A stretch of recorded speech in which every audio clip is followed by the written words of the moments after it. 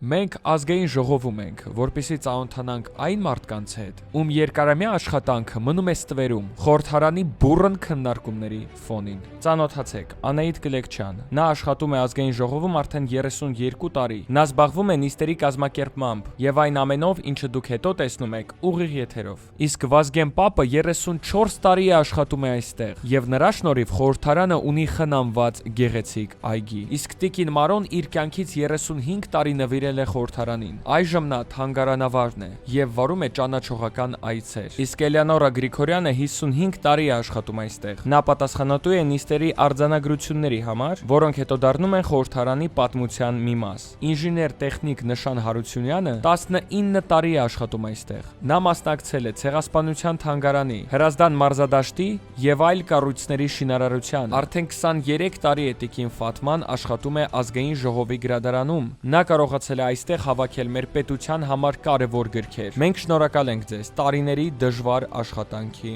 համար։ Անպայման լայք դրեք, որ նյութը տարածվի եւ մեկնաբանություններում գրեք ում մասին պատմենք մյուս անգամ։ Շնորհակալություն։